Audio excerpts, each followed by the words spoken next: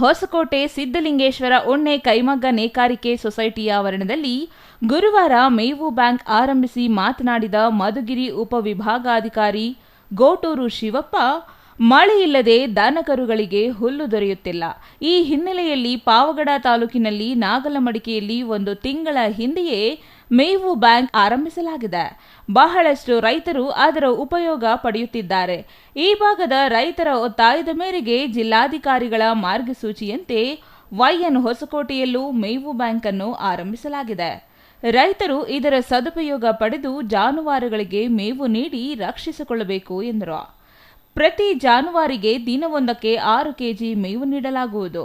ಪ್ರತಿ ಕೆಜಿಗೂ 2 ರೂನಂತೆ ರೈತರು ಹಣ ಪಾವತಿಸಿ ಸಾಗಾಟದ ಅನುಕೂಲಕ್ಕಾಗಿ ಒಮ್ಮೆಲೆ 7 ದಿನಗಳಿಗೆ ಆಗುವಷ್ಟು ಮೇವನ್ನು ಪಡೆಯಬಹುದಾಗಿದೆ. ಅಗತ್ಯ ಇರುವ ರೈತರು ಪಶು ಆಸ್ಪತ್ರೆಯಲ್ಲಿ ದಾಖಲಾತಿಗಳನ್ನು ಒದಗಿಸಿ ಕಾರ್ಡ್ ಪಡೆದು ಬಂದರೆ ಅದರ ಆಧಾರದಲ್ಲಿ ಮೇವು ನೀಡಲಾಗುವುದು ಎಂದರು. ಇಂದು ಪಾವಗಡ ತಾಲೂಕಿನಲ್ಲಿ YN ಹೊಸಕೋಟೆ ಹೋಬಳಿಯಲ್ಲಿ ನಾವು ಇದನ್ನು ಮೇವು ಬ್ಯಾಂಕನ್ನು ಓಪನ್ ಮಾಡಿದ್ದೀವಿ.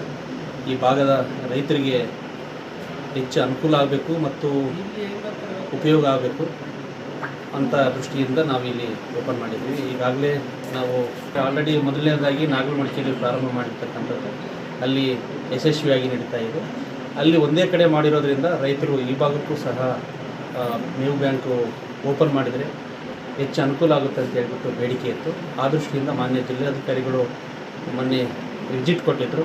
ಅವರ ನಿರ್ದೇಶನದ ಮೇರೆಗೆ ಇಂದು ನಾವು ಇಲ್ಲಿ ನಮ್ಮ ಒಂದು YN ಹೊಸಕೋಟೆಯಲ್ಲಿ ಪ್ರಾರಂಭ ಮಾಡಿದ್ದೀವಿ.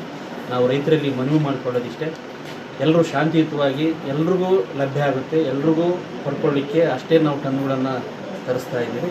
ಶಾಂತಿಯುತವಾಗಿ ಪಡ್ಕೊಳ್ಬೇಕಂತ ಮನವಿ ಮಾಡ್ತಾ ಇದ್ದೀವಿ.